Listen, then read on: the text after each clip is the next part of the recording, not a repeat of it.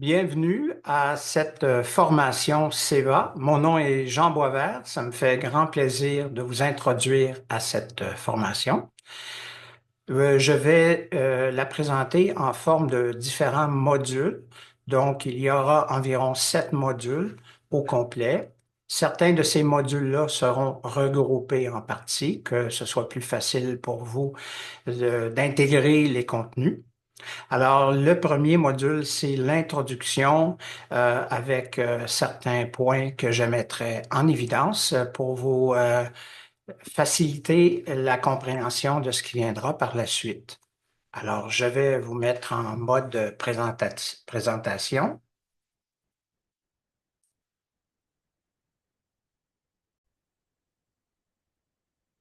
Alors, cette formation-là fait partie de certaines formations de l'Académie dynamique. Et l'Académie dynamique, elle se voit un sous-produit, on va dire, une résultante de la compagnie Présence Dynamique. Avec cette entreprise, nous offrons des formations, évidemment, du coaching en entreprise, autant que individuel, pour faire des alignements d'équipe ou encore aligner ses objectifs, sa vision avec son action concrète.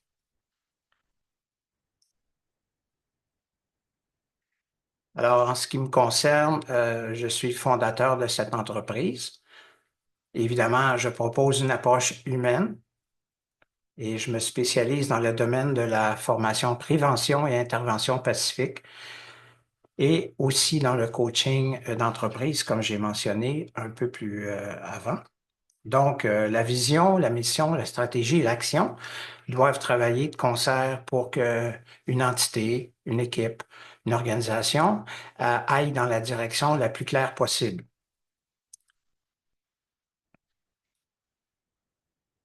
Donc, la formation CEVA, elle, se spécialise pour interagir lorsqu'il y a des situations qui peuvent décoiffer, on va dire, ou déstabiliser certaines relations, certains échanges, que ce soit dans la vie personnelle ou encore dans la vie professionnelle avec des rapports avec les clients.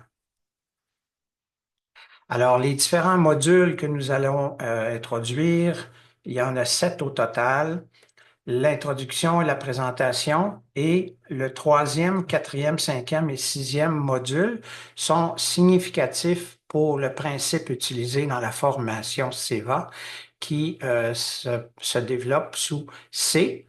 Le C représente se centrer, le E évaluer, le V valider et le A agir pour que tout cela se tienne dans une seule et même interaction.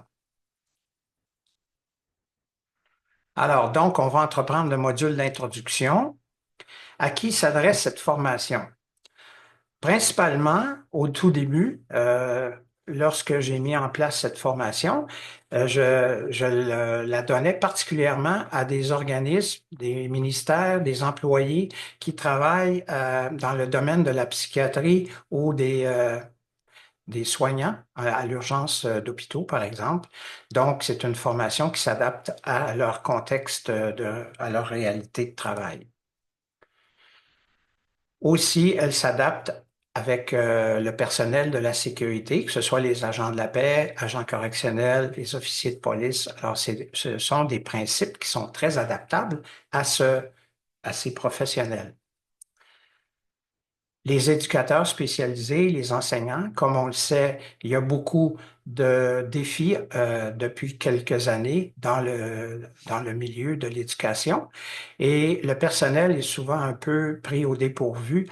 Comment intervenir avec bienveillance, mais à la fois avec la fermeté adéquate pour bien réaligner les objectifs d'intervention et d'éducation. Parce que si on a un peu de difficulté je dirais pas à contrôler, mais à maintenir une ambiance saine dans un milieu, il est difficile de transmettre l'éducation ou l'enseignement en question. Évidemment, le service à la clientèle, les préposés à l'accueil, et dans beaucoup de ministères, ces dernières années, j'ai participé, contribué à soutenir les employés que ce soit qui travaillent dans des ministères, par exemple la CNESST.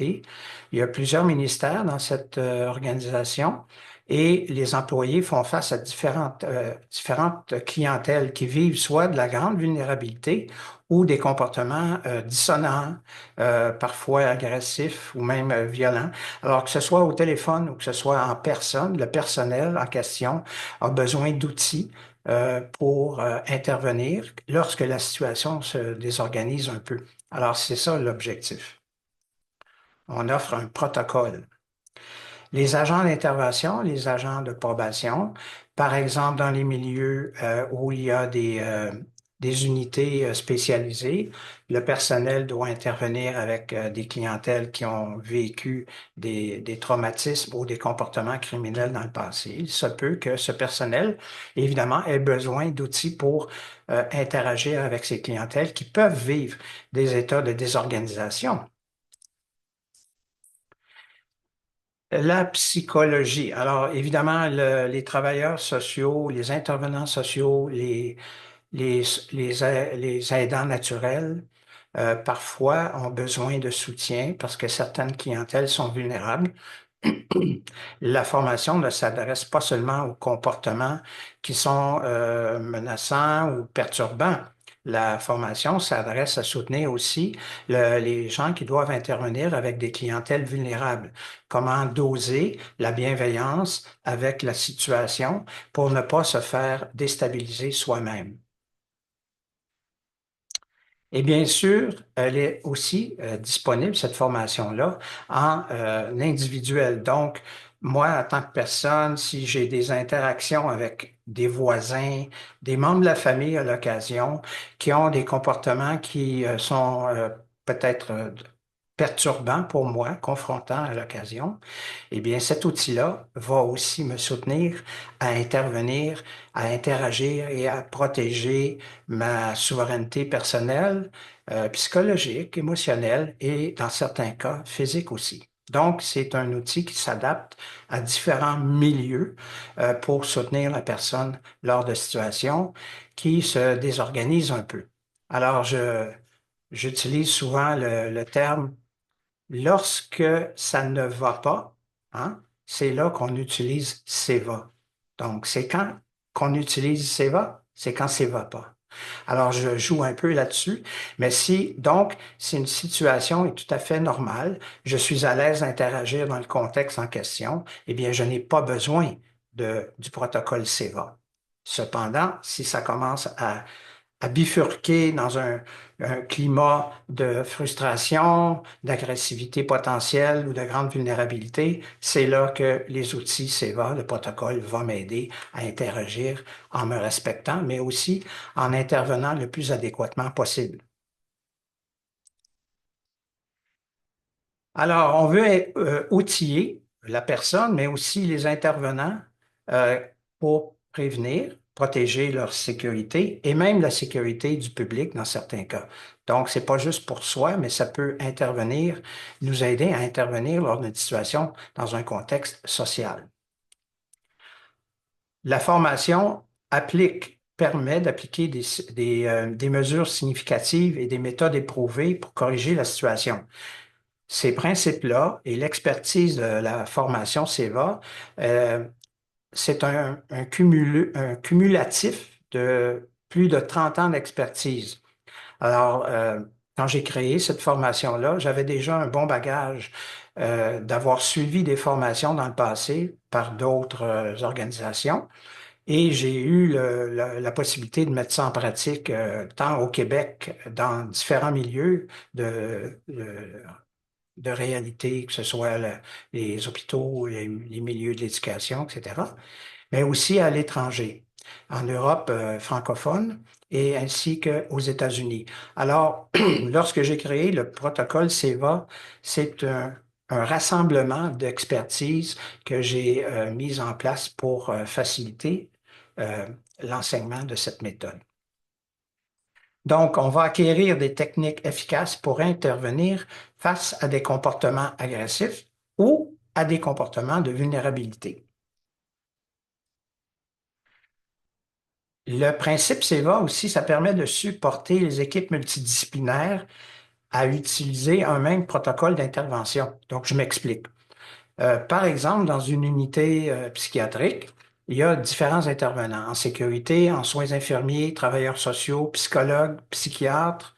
Donc, il y a un regroupement de professionnels de différentes expertises.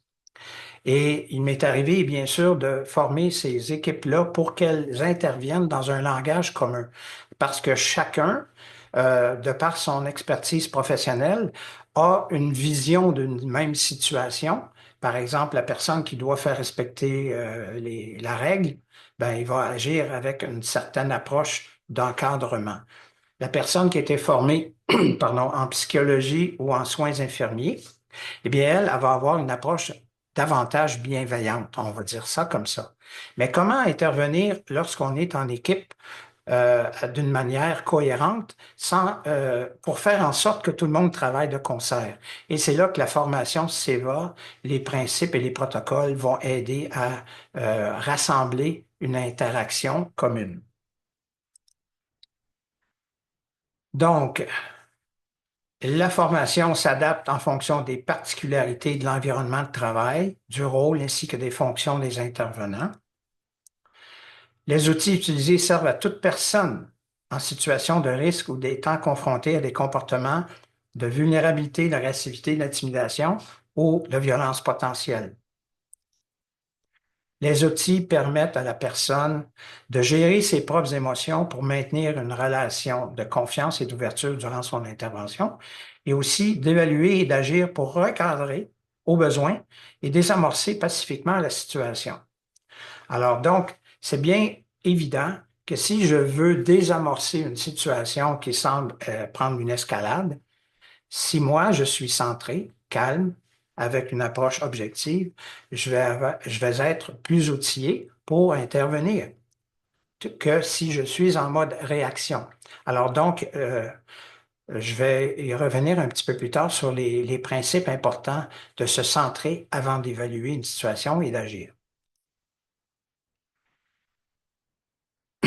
Durant cette formation, il y a des outils, des icônes qui vont être évidemment pour identifier les différents modules. Il y a des modules en présentiel, des modules au téléphone, donc les exemples. Les mises en situation vont être spécifiques à ces types d'interactions-là. Et il y aura aussi des exercices pratiques.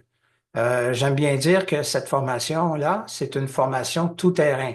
Donc, c'est pas juste des apprentissages livresques, intellectuels, mais on va mettre ça dans l'action, dans les situations réelles. Donc, c'est très soutenant à cet égard.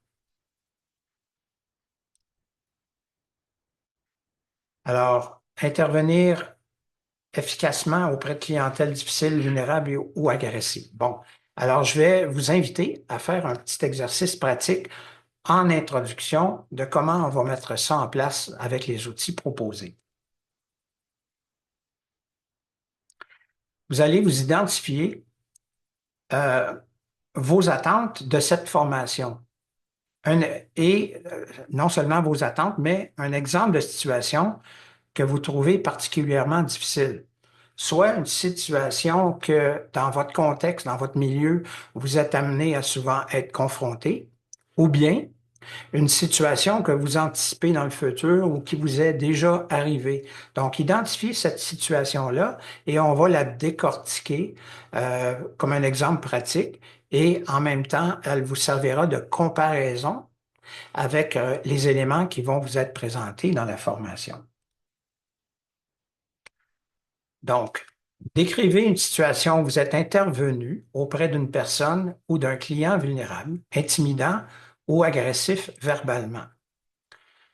Alors, dans un premier temps, inscrivez le contexte de cette situation, les faits, le comportement de la personne ou du client. Donc, prenez le temps de faire ça. Vous pouvez mettre évidemment la vidéo à pause. Par la suite, quelle était votre intention dans cette situation-là? Ou si vous n'en aviez pas, quelle était votre réaction? Mais idéalement, quelle était votre intention lorsque ça s'est présenté, cette situation-là, que ce soit au niveau professionnel ou personnel? Quel a été le résultat ou l'évolution de la situation suite à votre première intervention ou interaction? Comment ça s'est développé? Quels ont été les résultats de votre interaction? Alors, suite à cet exercice-là, c'est une question un peu ouverte que je vous invite à répondre. Quelles sont les habiletés que vous avez acquis pour interagir avec ce genre de personnes ou ce genre de situation-là? Quelles sont les habiletés que vous avez déjà? D'accord? Quelles sont les habiletés ou que souhaitez-vous apprendre et acquérir durant cette formation? Donc, vous avez déjà des acquis, vous avez déjà une expertise, des habiletés. Maintenant, si vous êtes intéressé à cette formation, c'est parce que vous avez peut-être des défis, des enjeux ou des besoins particuliers d'intervenir avec un peu plus d'outillage. Alors, quelles sont les acquisitions que vous souhaiteriez faire durant cette formation?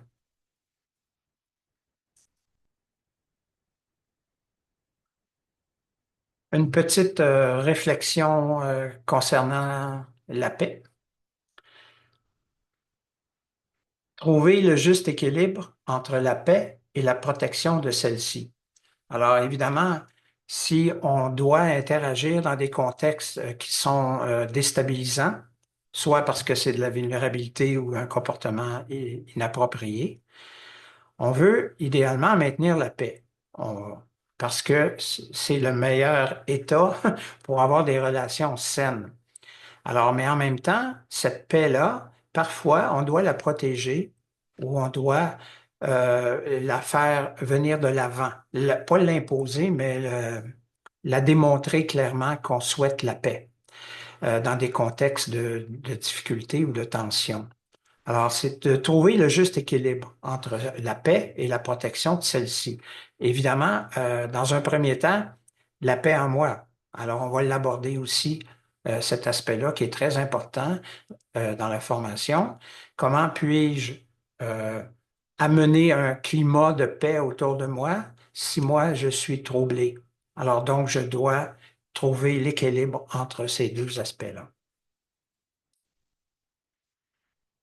Ici, je m'adresse particulièrement, en fait, je m'adresse aux intervenants qui travaillent en thérapie, en intervention sociale, mais je vous mentionne tout de suite que ça s'applique aussi dans la vie de tous les jours, dans notre vie personnelle. On fera des parallèles dans cette description. Alors, la thérapie versus l'intervention directe. Devant des choix à faire en ce qui a trait à une bonne stratégie d'intervention face à un individu qui a un comportement à risque d'escalade de violence, même les professionnels chevronnés n'arrivent pas toujours au même diagnostic en ce qui a trait à ce qui doit être mis en place. Alors évidemment, je vais y revenir aussi, mais il y a différentes écoles de pensée au niveau de l'intervention. Comme je mentionnais, que ce soit en psychiatrie, soins infirmiers, sécurité, psychologie en général. Donc, le personnel qui intervient a une formation, mais les écoles de pensée ne sont pas tout le temps alignées avec la même vision. Alors, c'est pour ça que je mentionne que les différentes approches en sécurité, en psychiatrie, en psychoéducation, soins infirmiers ne s'entendent pas toutes sur les approches à utiliser. Et c'est là que la formation SEVA s'est trouvée comme un outil très aidant pour les équipes multidisciplinaires.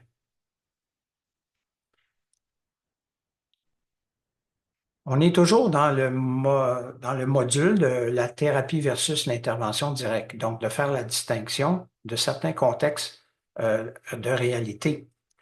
Alors, je mentionne qu'il est important de souligner, il y a une différence fondamentale entre une situation où l'intervenant agit dans son contexte dit clinique ou thérapeutique, où il a tout l'espace d'interagir librement ou naturellement avec son client, patient ou détenu. Alors, c'est un contexte qu'on nomme professionnel. Donc, tout le monde connaît les règles du jeu, hein? Donc, le patient, eh bien, il va recevoir des soins, que ce soit en psychologie ou en soins infirmiers.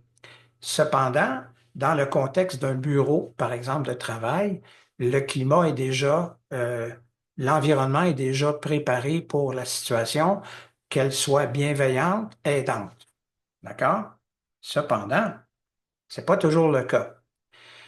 En comparaison d'une situation, justement, qui éclate soudainement, où le même client ou un autre individu manifeste un comportement à risque d'escalade vers une violence potentielle. Alors, ça veut dire que même si j'ai une relation d'aidant, ça ne veut pas dire que la personne en question n'aura pas un changement rapide de comportement. Alors, si c'est le cas, donc on sort un peu du contexte clinique pour faire face à une situation qui éclate. Bien entendu, selon votre rôle, la situation, vous aurez à prendre des mesures particulières lorsqu'il y a un changement rapide de comportement. Cependant, il faut avoir un protocole lorsque cela se fait, la situation change soudainement. Si j'ai un outil pour me permettre de recadrer la situation le plus possible, ça va être aidant, plutôt que dans mon contexte habituel dit clinique. Mais on peut faire le parallèle aussi avec une situation dans un contexte social, personnel, avec des voisins, avec une situation au magasin où je suis en ligne, peu importe, service dans un lieu commercial. J'ai une personne qui soudainement éclate dans le contexte de mon environnement, soit face à moi ou dans un contexte avec d'autres personnes. Alors là, il arrive une situation qui peut devenir assez perturbante et parfois même dangereuse. À ce moment-là, le protocole SEVA va aussi me donner des outils pour évaluer la situation, prendre des mesures adéquates.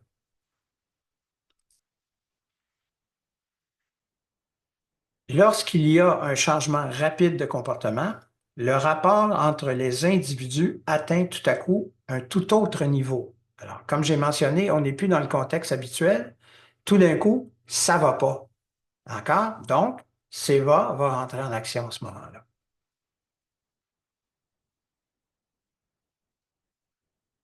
Et il est vrai que si l'intervenant ou la personne a déjà un bon lien avec la personne ou le client, que ce soit un lien thérapeutique ou un historique positif, ceci pourra lui servir dans son intervention. Donc, si vous avez déjà un lien favorable avec la personne, ben, tant mieux, c'est un atout. D'accord? Cependant, le contraire est tout aussi vrai, c'est-à-dire que le client peut justement interpréter négativement ce lien dit thérapeutique ou historique avec son intervenant. Alors, lorsqu'il y a un état de crise, les paramètres, le monde intérieur de ce que vit la personne qui se désorganise change tout à coup. Alors, on l'a déjà remarqué en psychiatrie, les personnes qui ont des problèmes de santé mentaux peuvent se désorganiser dans un instant même. Alors, mais aussi, ces types de comportements-là changeants peuvent se produire avec des personnes dans un milieu bien ordinaire, bien social. Alors, donc, il ne faut pas prendre pour acquis, et je vais identifier les pièges, parce qu'il y a des pièges à avoir l'impression qu'on devrait avoir une bonne intervention avec la personne parce qu'on la connaît. Donc, à ce moment-là, quand ça ne va pas, on va devoir refaire une analyse nouvelle pour évaluer la situation.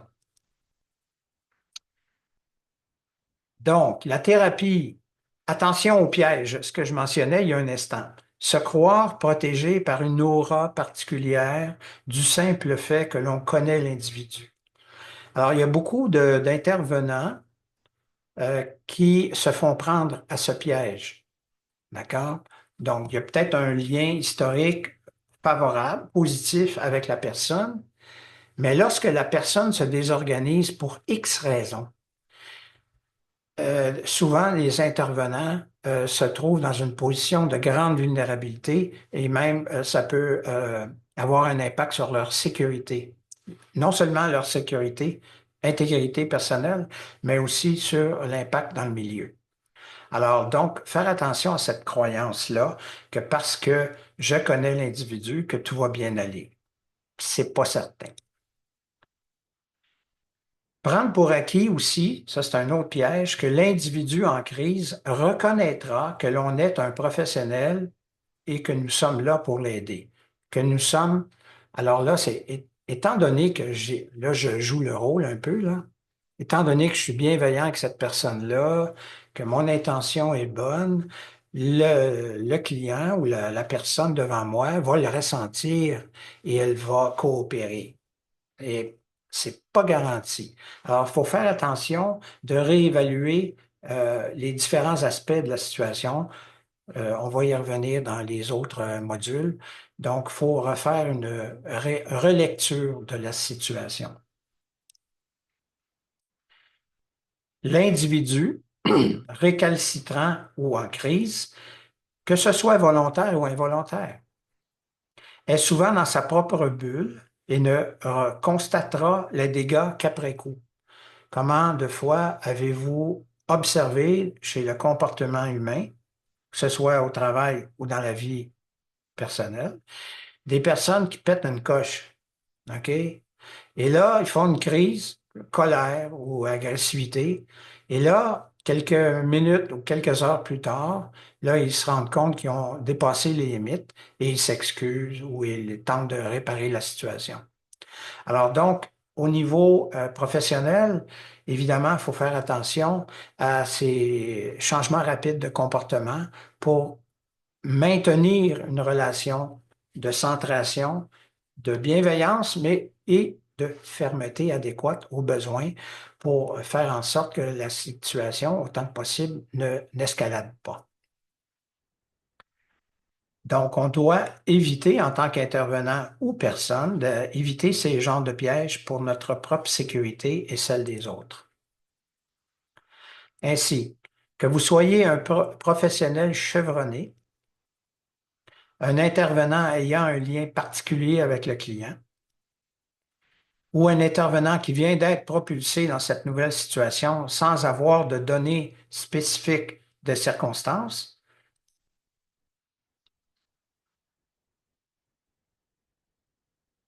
ça vient à refaire la lecture de la nouvelle situation, de la voir comme un enjeu à évaluer correctement dans l'instant présent. Alors, peu importe le bagage antérieur qu'on a. Alors, quelques définitions ici rapides de par votre expérience humaine ou professionnelle. Vous en connaissez certainement la nature, les définitions. Simplement pour se faire un petit rappel, la colère est une émotion dont l'expression permet la libération de tensions et de frustration. Évidemment, le tout est dans comment la colère s'exprime, avec une façon respectueuse ou être en mesure de ne pas déborder outre mesure. L'agressivité, c'est une énergie fondamentale de l'être vivant grâce à laquelle celui-ci peut assurer ses besoins vitaux. Bon. Alors, c'est évidemment que l'agressivité, si on n'en avait pas en tant qu'être humain, on ne serait pas en mesure de prendre des actions concrètes pour aller de l'avant dans la vie ou même mettre nos limites dans certains cas pour protéger notre intégrité. Alors, l'agressivité est importante. Cependant, encore là, c'est comment elle est manifestée, à quelle mesure elle est manifestée, qu'elle permet d'évacuer, oui, peut-être des tensions ou de clarifier une situation, mais à la fois, si elle prend trop d'expansion, elle peut devenir une agression avec autrui. Donc, l'agression, c'est l'utilisation de la force physique, psychologique ou verbale en vue de maltraiter un ou des individus. Donc, dans la communication, c'est souvent exprimé dans le tu plutôt que dans le je. Alors, je veux faire un petit parallèle ici. On peut rajouter aussi la vulnérabilité. La vulnérabilité, c'est une forme d'énergie lorsqu'elle est exprimée qui permet de témoigner de certaines fragilités, certaines émotions. Alors, dans la formation, on va aussi aborder l'aspect vulnérabilité. Alors, ces trois éléments-là principaux, la colère, l'agressivité et l'agression, c'est important de les distinguer. Alors, si je suis devant une personne qui manifeste de la colère, alors si moi, je ne suis pas en mesure de faire la distinction entre l'expression de la colère versus une agression, si j'interprète ça immédiatement comme de l'agression, ma réaction risque d'être euh, assez forte, soit pour me protéger ou pour m'éloigner. Mais je dois être en mesure d'évaluer la distinction du type de, de d'émotion qui est partagée dans cette colère-là, de faire la distinction. Est-ce que c'est un besoin de ventiler? Oui, parfait. Je vais garder quand même ma distance, mais est-ce que c'est une potentialité d'escalade qui peut devenir de l'agression? Là aussi, ça, je vais l'évaluer. Donc, les outils de la formation, des protocoles, vont me permettre de prendre un recul pour bien évaluer la différence lorsque j'ai un comportement qui est dissonant devant moi. Alors, pour les personnes qui doivent intervenir avec un cadre de sécurité, le principe de maître Morei Ueshiba, qui est un maître d'aïkido, il disait, en blessant votre adversaire, vous vous blessez vous-même. Le contrôle de l'agression sans infliger de blessure est l'art de la paix. Alors, particulièrement pour le personnel en sécurité, je dirais, mais ça peut être dans d'autres milieux comme la psychiatrie. Lorsqu'on doit maîtriser une personne parce qu'elle est dangereuse pour elle-même ou pour les autres, on doit parfois utiliser euh, la maîtrise physique de la personne. Alors évidemment, on va le faire dans la fermeté adéquate. Donc, on va utiliser l'utilisation du minimum de force nécessaire. Ah, mais le minimum de force nécessaire, c'est autant bon sur le plan psychologique, verbal, dans ma communication, que sur le plan physique lorsque je dois maîtriser quelqu'un. Alors, c'est plutôt rare, mais en même temps, ce sont des réalités de la vie que certaines personnes ont à prendre en charge. Alors, nous avons terminé le module d'introduction. Le prochain sera le module de présentation. Et je vous remercie de cette attention. Vous êtes invité, si vous voulez avoir davantage d'informations, à me communiquer au numéro suivant ou par courriel. Et naturellement, vous avez accès au site web présencedynamique.com. Alors, bienvenue à cette conclusion de l'introduction de la formation SEVA. Au plaisir.